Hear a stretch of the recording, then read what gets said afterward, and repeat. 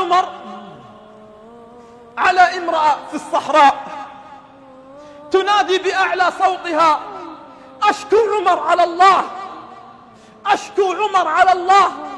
قال لها: يا أمة الله، وكيف يدري عمر عنك وأنت في هذه الصحراء؟ فقالت له: أيلي أمرنا ويغفل عنا؟ أيلي أمرنا ويغفل عنا؟ فبكى أمير المؤمنين عمر، بكى عمر الفاروق، وعاد إلى المدينة إلى الخازن وقال لخازنه: احمل علي الدقيق.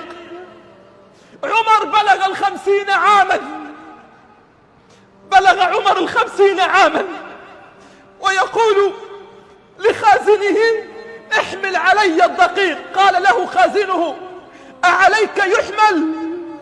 أعليك يحمل يا أمير المؤمنين؟ قال: احمل علي الدقيق تكلتك أمك. من يحمل أوزاري؟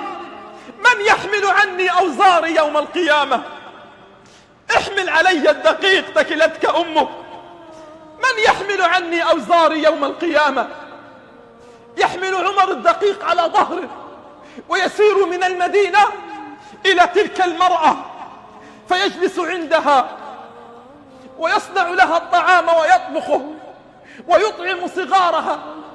فقالت له: والله الذي لا إله إلا هو، والله الذي لا إله إلا هو، إنك لأحق بالخلافة من عمر. والله الذي لا إله إلا هو، إنك لأحق بالخلافة من عمر.